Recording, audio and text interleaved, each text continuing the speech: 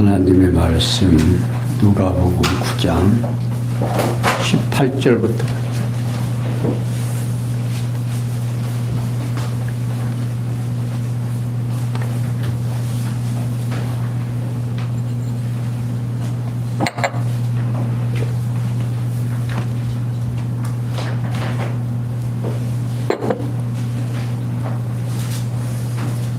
찾으신 줄 알고 제가 읽겠습니다.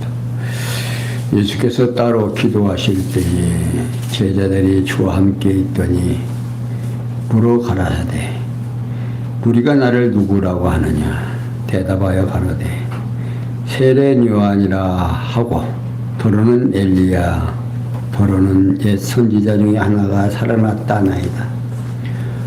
예수께서 이르시되 너희는 나를 누구라 하느냐. 베드로가 대답하여 가로되 하나님의 그리스도시니이다 하니 경계하사 이 말을 아무에게도 이르지 말라 명하시고 가라사대 인자가 많은 고난을 받고 장로들과 대제장들과 서기관들에게 버림받으여 죽임을 당하고 제3일에 살아나야 하리라 하시고 또 무리에게 이르시되 아무든지 나를 따라오려거든 자기를 부인하고 날마다 제 십자가를 지고 나를 쫓을 것이라. 누구든지 제 목숨과 구원코자 하면 이룰 것이요 누구든지 나를 위하여 제 목숨을 잃으면 구원하리라. 사람이 만일 온 천하를 얻고도 자기를 잃었는지 빼앗기든지 하면 무엇이 유익하리요. 누구든지 나와 내 말을 부끄러워하면 인자도 자기와 아버지와 거룩한 천사들의 영광으로 올 때에 그 사람을 부끄러워하리라. 내가 참으로 너에게 이르노니 여기 섰는 사람 중에 죽기 전에 하나님의 나라를 볼 자들도 있느니라. 아멘. 누가복음이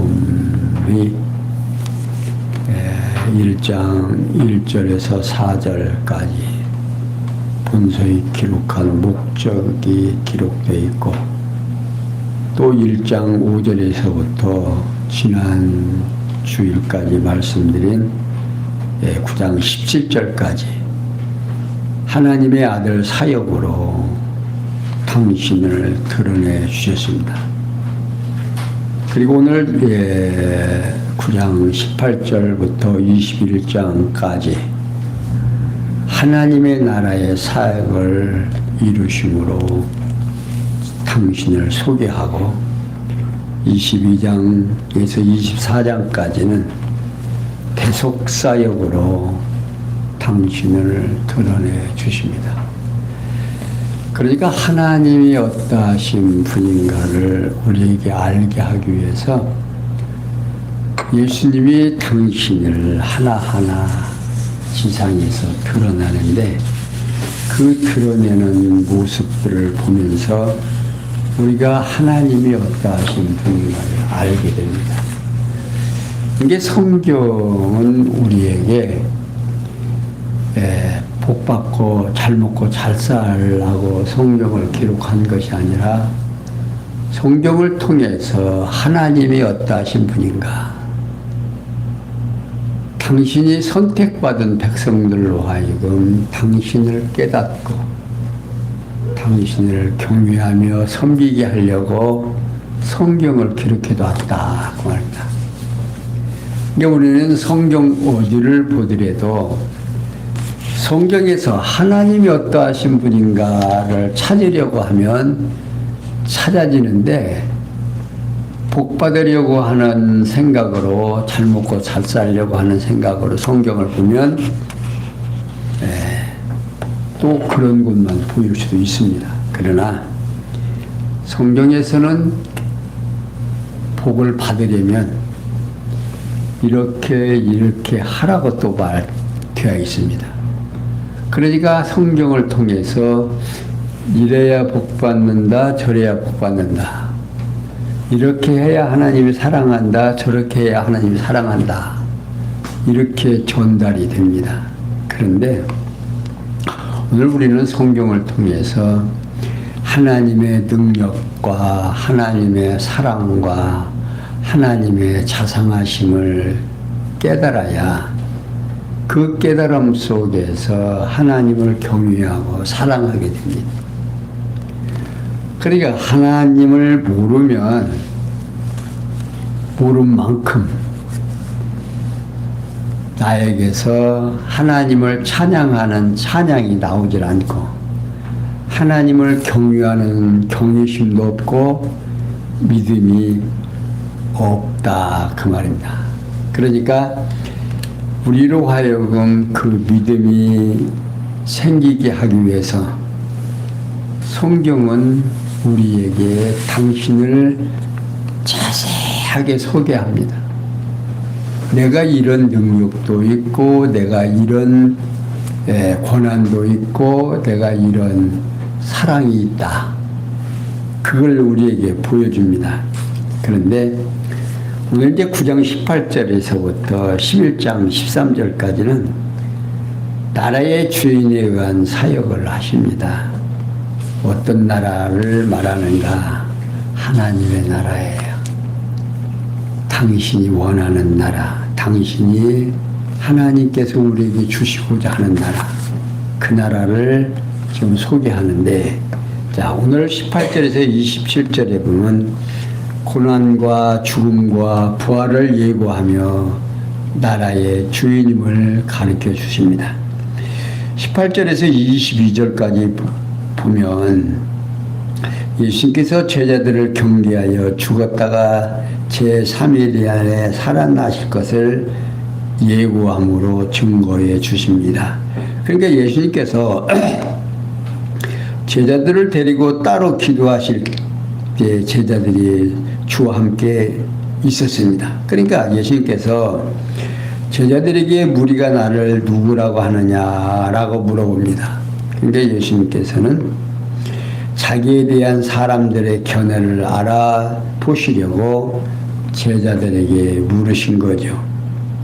이에 제자들이 세례 요한이라고도 하고 더러는 엘리야라고도 하고 옛 선지자 중에 하나가 살아났다고도 합니다. 라고 말씀을 드립니다. 그러니까 세례 요한으로 오해한 것은 사람들이 예수님과 세례 요한이 비슷한 시대에 비슷한 내용으로 천국 복음을 전합니다. 그러니까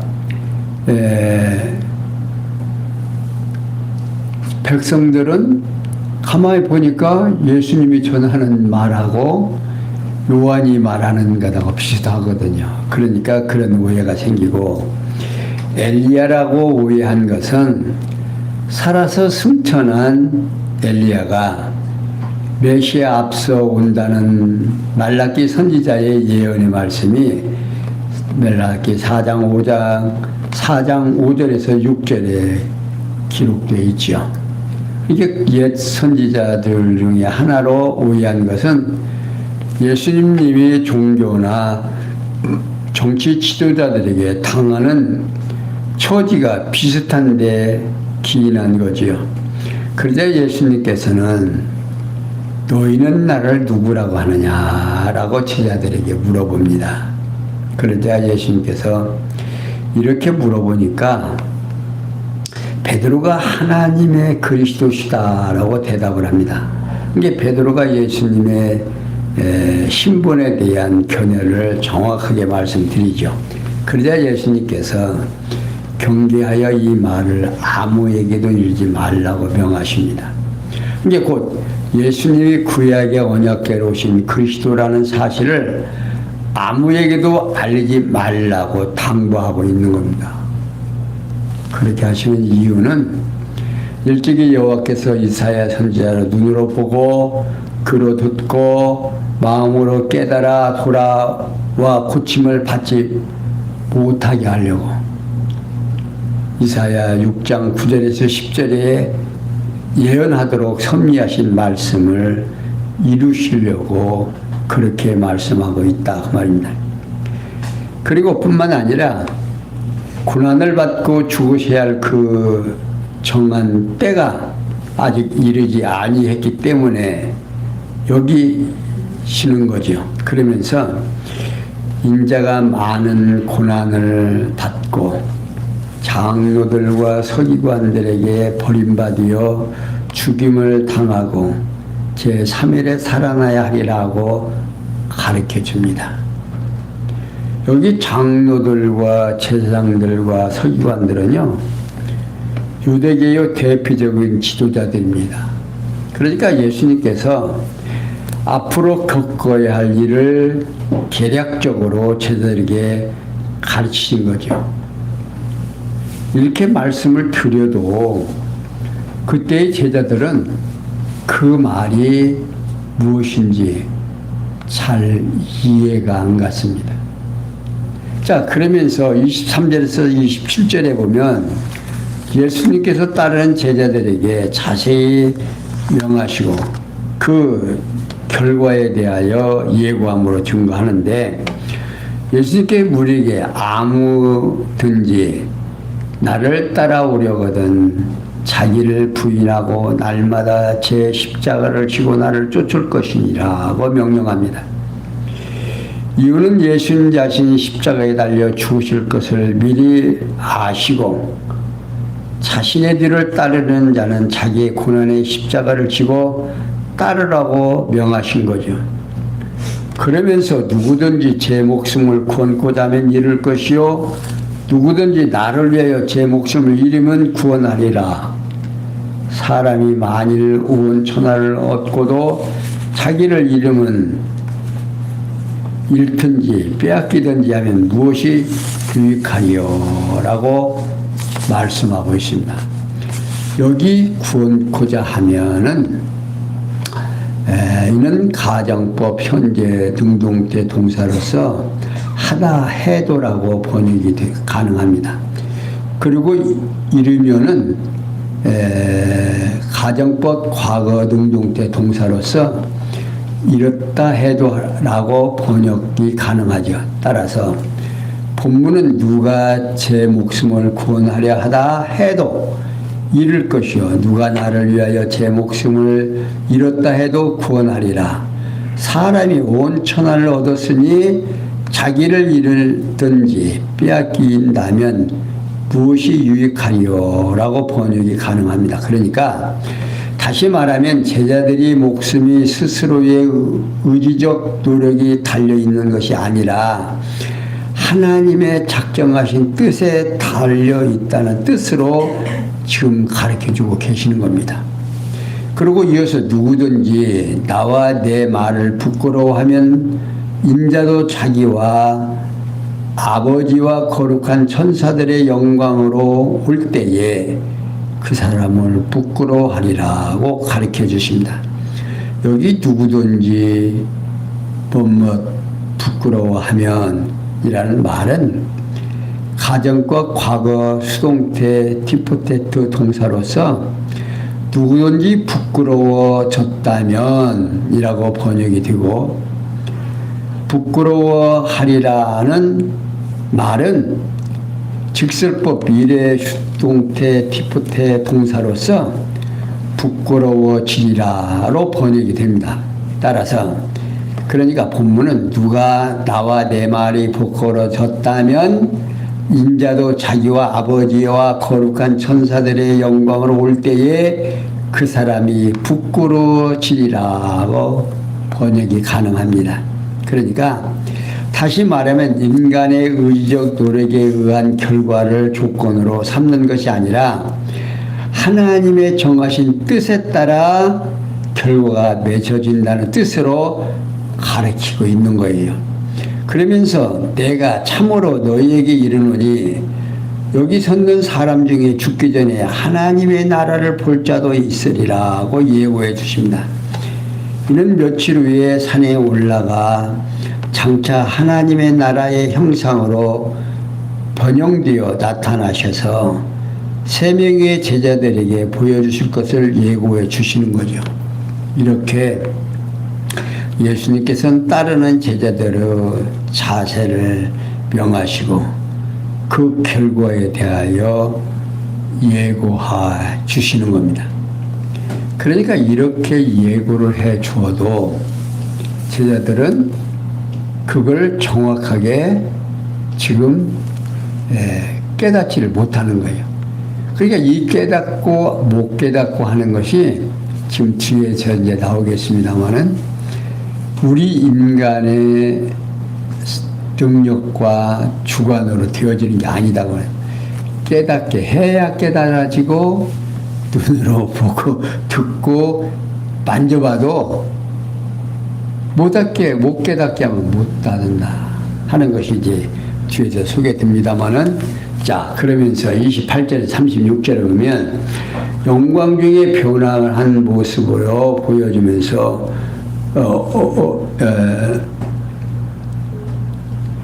알려주십니다. 자, 지금 28절을 보겠습니다. 이 말씀을 하신 후 8일쯤 되어 예수님께서 베드로와 요한과 야고보를 데리시고 기도하시려 산에 올라가사 기도하실 때 용모가 변화되고 그 옷이 휘어져 광채가 나더라. 문득 두 사람이 예수와 함께 말하니 이는 모세 엘리야라. 영광 중에 나타나서 장차 예수께서 예루살렘에서 별세하실 것을 말씀하실세 베드로와 및 함께 있는 자들이 고나여 졸다가 아주 깨어 예수의 영광과 및 함께 선 두 사람을 보더니 두 사람이 떠날 때에 베드로가 예수께 여짜오되 주여 우리가 여기 있는 것이 좋사오니 우리가 초막셋을 짓되 하나는 주를 위하여 하나는 모세를 위하여 하나는 엘리야를 위하여 하사이다 하되 자기 하는 말을 자기도 알지 못하더라. 이 말할 즈음에 구름이 와서 저희를 덮는지라. 구름 속에서 들어갈 때에 저희가 무서워하더니 구름 속에서 소리가 나서 가로되 이는 나의 아들 곧 택함을 받은 자니 너희는 저의 말을 들으라 하고 소리가 그침에 오직 예수만 보시니더라. 제자들이 잠잠하여 그 본 것을 무엇이든지 그때는 아무에도 이르지 아니하니라. 아멘. 36절까지 왔습니다. 여기 이제 28절에서 33절에 보면요. 산에 올라가 용모가 변화돼 하나님 나라의 모습을 보여줌으로 증거합니다. 앞에서 제자 중에 죽기 전에 하나님의 나라를 볼 자들이 있다고 말씀하신 후 8일쯤 되어 예수님께서 베드로와 요한과 야고보를 데리시고 기도하러 산에 올라가십니다. 그리고 예수님께서 기도하실 때 용모가 변화되고 그것이 휘어져 광채가 납니다. 그러자 문득 두 사람이 예수님과 함께 말하고 있는데 이는 모세와 엘리야였습니다. 그러니까 예수님께서 앞서 예고하신 말씀대로 하나님의 나라의 모습을 새 제자들에게 보여줍니다. 곧 하나님 나라의 현실과 형태도 다르고 광채도 다른 모습입니다. 그러니까 하나님의 나라는 현실과 형태도 다르고 광채도 날 뿐 아니라 시공간을 초월합니다. 그러니까 하나님의 나라가 영광 중에 나타날 뿐 아니라 시공을 초월해버려요. 그러니까 이러한 하나님의 나라가 영광 중에 나타나서 장차 예수님 예루살렘에서 별세하실 것을 말할 때에 베드로와 야고보께 있는 자들이 피곤해서 졸다가 완전히 깨어 예수님의 영광과 함께 두 사람을 봅니다. 그러니까 하나님의 영광을 보니까 옷도 휘어졌지, 광채도 나지. 그러니까 지금 예수님과 지금 엘리야와 지금 이야기하신 분들이 예수님의 죽으심에 대하여 말하고 있는데 얼마나 지금 신통한 이야기입니까? 정말 인간이 자기의 죽음이 어떻게 죽을 것인가 하는 것이 지금 빤히 지금 알면 얼마나 두렵겠습니까? 며칠 죽는다고 하면 아마도 참 사람의 생각이 어떻게 될는지 모르죠. 근데 예수님은 언제 어디서 어떻게 죽을지 지금 심각하게 지금 엘리야와 모세가 지금 얘기를 하는데 그걸 지금 베드로가 듣고서는 보고서는 자, 이 잠결입니다. 그냥 정신 차려서 본 게 두 사람하고 지금 예수님하고 말씀하시고 그 영광의 모습을 보니까 헷가닥 해갖고 예수님한테 말씀을 합니다. 주님, 여기다 우리가 초막셋을 짓고 하나는 모세를 위하여, 하나는 주를 위하여, 하나는 엘리야를 위해서 지어야 되겠습니다. 그러니까 그때에 구름이 와서 그들을 덮으면서 하시는 말씀이 이는 내가 선택한 누구다. 하나님의 아들이다. 그러니까 너희들은 헛소리 말고 누구 말을 들으라. 예수의 말씀을 들으라. 그렇게 하고 나니까 뭐야? 그 영광이 다 사라지고 예수 홀로 계셨다. 그러니까 그 뒤로 지금 제자들이 거기에 있었던 말을 한다 못한다. 못한다고 말이야. 그러면서 자기가 지금 하는 베드로도 자기가 하는 말이 무슨 말을 하는지도 모르고 지금 하고 있다고 말이야. 그러니까 헷가닥 한 거죠. 지금 정신이 그 영광을 보고. 그러니까 우리가 다 본다고 아는 것도 아니고 듣는다고 아는 것도 아니다. 깨닫게 하시고 보게 하시고. 근데 이제 사람들은 그게 잘 안 와요. 어떻게 보게 하고 듣게 하고 깨닫게 해야 하는 거. 근데 오늘 우리가 성경을 보면서도 어때요? 잘 보입니까? 그러니까 예수님께서 구름 속에서 나는 소리를 들으면서 하나님의 아들임을 확증해 줍니다. 하나님께서도 하나님의 아들임을 이렇게 확증해 줘요. 그러니까 우리가 하나님의 예수가 그리스도이신 것을 아는 게 아니라 이렇게 하나하나 표적을 보여주고 소리로 들려주고 또 눈으로 보게 하고. 그러니까 지금 이 세 제자들이 예수님이 말씀하신 대로 하나님의 나라를 볼 자들도 있다고 말합니다. 그러니까 하나님의 지상에서 지금 우리가 교회 안에서 그리스도와 함께 살지만 지금 실제로 그 변화되고 우리의 몸이 지금 이렇게 고통스럽고 일하면 힘들고 기운이 없고 병들고 아프지만 변화 천국이 오면 예수님이 다시 이 땅에 오시면 이 입는 옷 자체가 변화되고 그래서 이스라엘 백성들이 광야 40년 동안에 옷이 헤어졌다 안 헤어졌다 실제로 보여주잖아요. 시간과 공간과 40년 동안 광야에서 그 햇볕에 노출돼서 사는데 예? 옷이 안 헤어졌다? 여러분들 상상이 되는 얘기예요. 어때요? 우리 주의사님 옷이 그렇게 안 떨어질 수 있는 겁니까? 또 40년 동안 광야에 살면서 만나러 먹고 살았잖아요.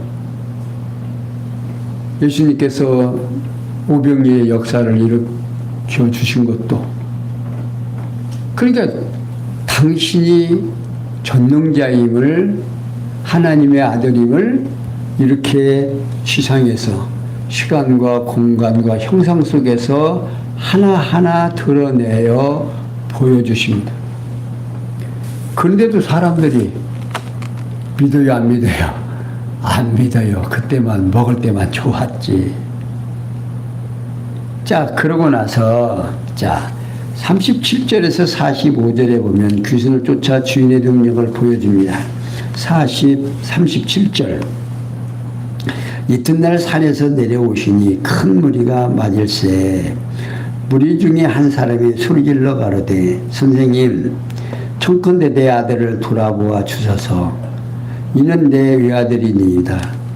귀신이 저를 잡아 졸지에 부르짖게 하고 경련을 일으켜 거품을 흘리게 하며 심히 상하게 하고야 겨우 떠나가나이다. 당신의 제자들에게 내어 쫓아 주기를 구하였으나 저희가 능히 못하리이다. 예수께서 대답하여 가로되, 믿음이 없고 패역한 세대여, 내가 얼마나 너희와 함께 있으며 너희를 참으리요 내 아들을 이리로 데리고 오라 하시니 올 때에 귀신이 거꾸로 데리고 심한 경련을 일으키게 하는지라. 예수께서 더러운 귀신을 꾸짖으시고 아이를 낫게 하사 그 아비에게 도로 주시니 사람이 다 하나님의 위엄을 놀라니라. 저가 다 그 행하시는 모든 일을 기이 여길세. 예수께서 제자들에게 이르시되, 이 말을 너희 귀에 담아두라. 인자가 장차 사람들의 손에 넘기우리라 하시되, 저희가 이 말씀을 알지 못하나니 이는 저희로 깨닫지 못하게 숨기심이 되었습니다.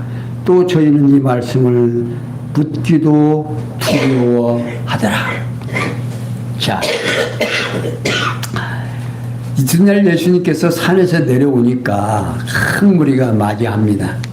이게 예수님께서 가시는 곳마다 많은 무리가 기다리고 있습니다. 근데 무리 중에 한 사람이 소리를 며 선생님 청컨대 아들을 돌아보아 주소서. 이는 내 외아들이니다 라고 외치면서 귀신을 저를 잡아 졸지에 부르짖게 하고 경련을 일으켜 거품을 흘리게 하며 심히 상하게 하고야 겨우 떠나가나이다 라고 말합니다. 그러니까 지금 이 상황을 보면 간질 환자입니다. 지금은 간질 환자 주변에서 못 보죠. 근데 저희 성장할 때는요 간질 환자 자주 봤습니다. 동네에 한 사람씩은 토론은 있었어요. 근데 참 보면 안타까워요. 멀쩡하다가도 그냥 참 여기서 얘기한 대로 거품을 뿜고 막 곤두박질하고 금방 다 죽는 것 같아요. 근데 또 조금 있으면 멀쩡하게 또 숨을 다 쉬고 또 손 탈탈 털고 일어나서 생활한다고 말입니다. 그걸 처음에 저도 봤을 때는 어떻게 무섭던지. 저희 동네도 한 사람이 있었거든요. 근데 예수님께서 뭐라고 하십니다. 그러니까 지금 당신의 제자들에게 좀 고쳐달라고 하는데 못 고칩니다. 그러니까 좀 고쳐주세요. 그러자 예수님께서 믿음이 없고 패역한 세대여, 내가 얼마나 너희와 함께 있으며 너희를 참으리요 내 아들을 이리 데리고 오라고 제자들을 꾸짖으십니다. 그러니까 예수님께서 많은 말씀을 듣고 표적을 보여도 아직은 믿음이 없는 제자들과 예수님을 하나님의 나라의 주인이신 그리스도로 영접하지 않는 무리를 질책하시면서 아들을 데려오라고 명하십니다. 이에 그 아들을 데리고 올 때에 귀신을 꾸짖으시고 심한 경련을 일으키게 합니다. 그러니까 귀신이 예수님 앞에 가는 것을 싫어한 거죠. 그러니까 마구 경련을 일으키고 이제 고약한 짓을 한 거죠. 그러니까 예수님께서 귀신을 꾸짖으시고 이제 낫게 하신 다음 그 아비에게 돌려줍니다. 그게 하나님 나라의 주가 되신다는 사실을 지금 보여주는 거죠. 귀신도 누구 마음대로, 예수님 마음대로 나가라고 하면 나가고 들어가라고 하면 들어가고, 이렇게 당신이 그리스도라는 사실을 확실하게 보여줍니다. 자, 그런데 여기에서 예수님께서 제자들에게 하시는 말씀이, 내가 이방인의 성에 넘어가서 이제 죽은 다음 3일 만에 살아나야 할 것을 말씀합니다. 그러나 제자들이 그 말을 알아듣는다, 못 알아듣는다. 못 알아듣는다. 왜? 저희로 깨닫지 못하게 숨기었다. 그러니까 오늘 우리는 이렇게 다 들으라고 되는 거지만, 깨닫고 못 깨닫는 것도 하나님께서 허락해야 된다는 사실을 오늘 우리에게 지금 들려주시는 거예요.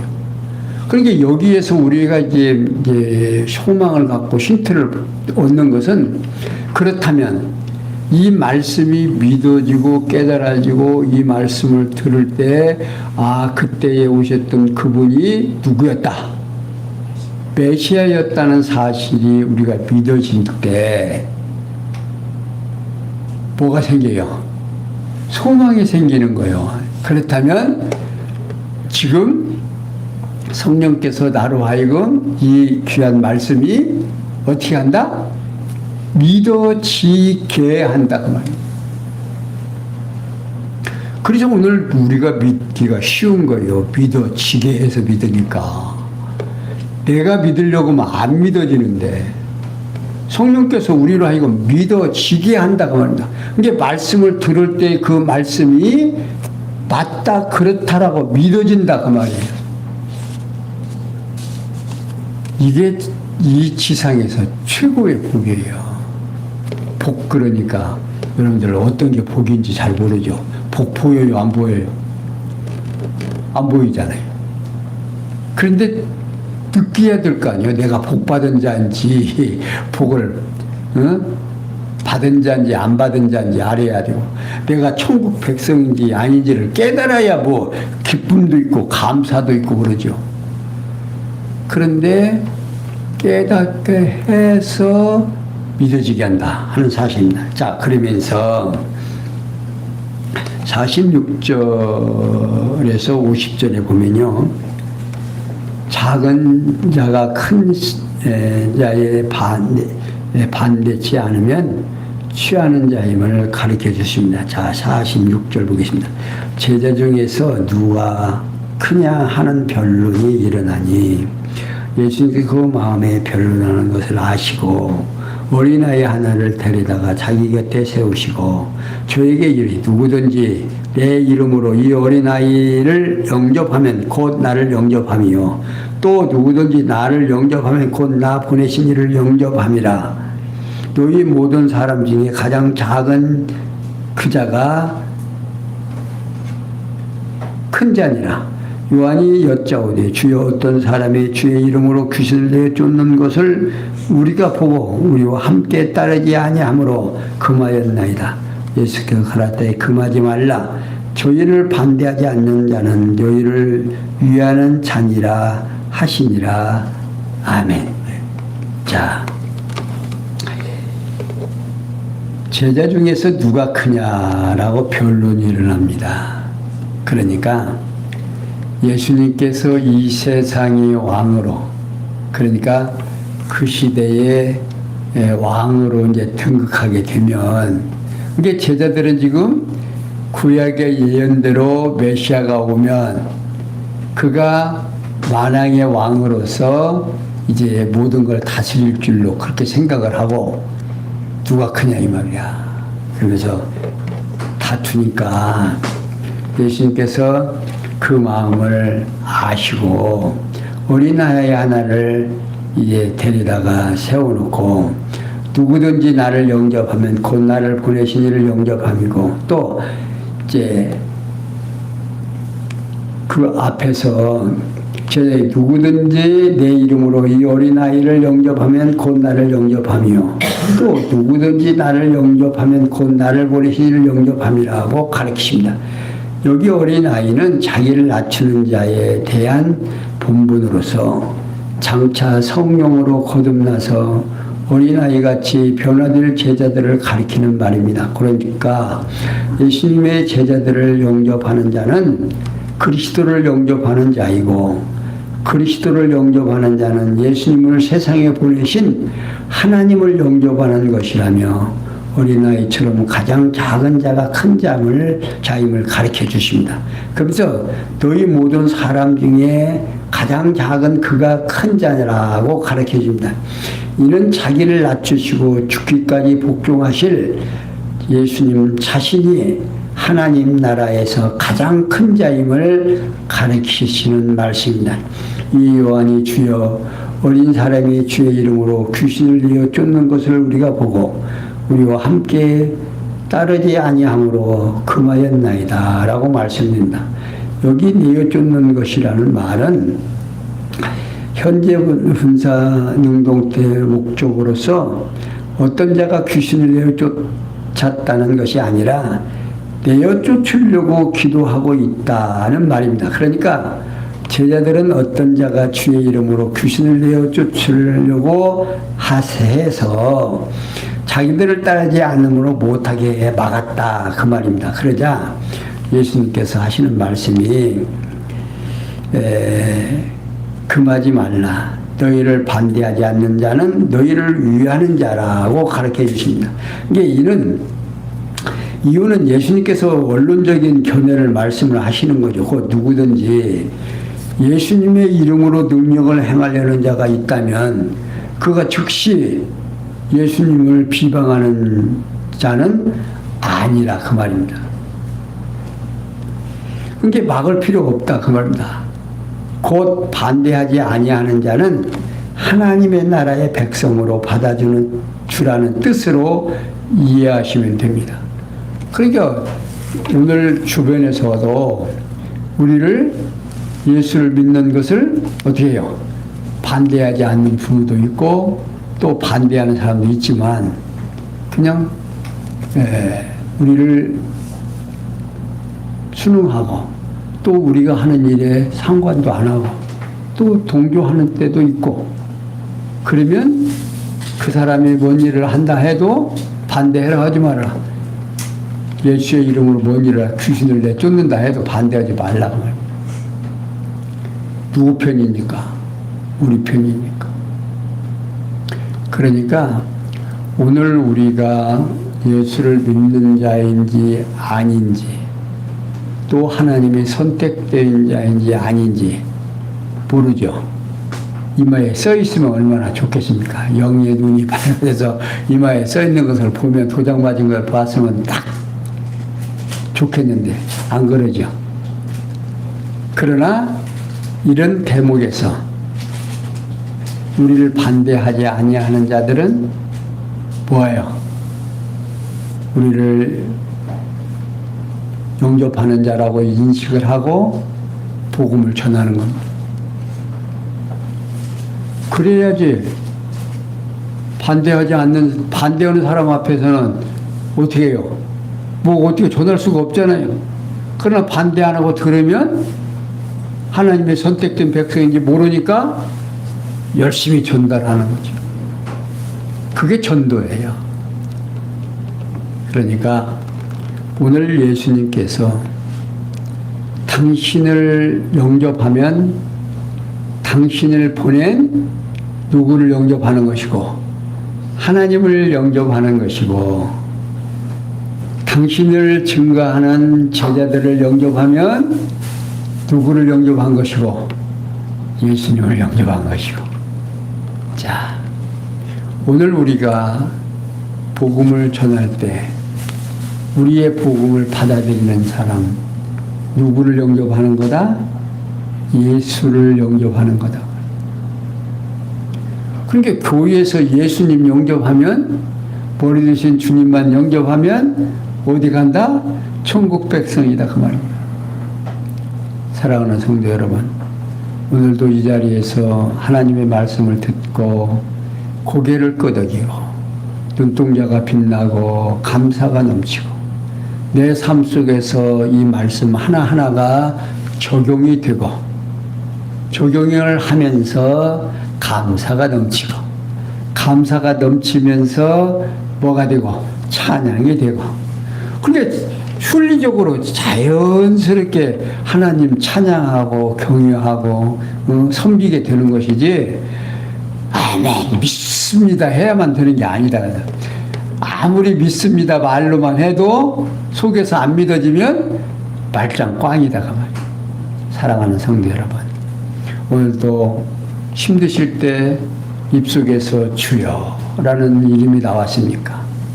오늘 내 삶 속에서 주님을 인정하고 산 삶이라면 내가 누구의 백성으로 하나님의 백성으로 인침받았다는 사실을 꼭 기억하시면서 오늘도 승리하셨으니까 쭉 주무시고 내일도 승리하는 우리 성도님들 되시기를 부탁을 드리면서 오늘 여기까지 설명해 드렸습니다.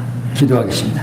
영광의 하나님, 오늘 우리에게 주어지는 이 귀한 말씀으로 우리의 마음속에서 예수가 누구고 하나님이 어떠하신 분인지를 깨달아져서 하나님 앞에 늘 찬양할 수 있는 우리의 삶이 되도록 은혜 베풀어 주심을 감사하며 오늘도 귀한 말씀 듣게 해주신 은혜를 감사하며 모든 것이 합력해서 선을 이룰 줄 믿사옵고 예수님의 이름으로 기도했습니다.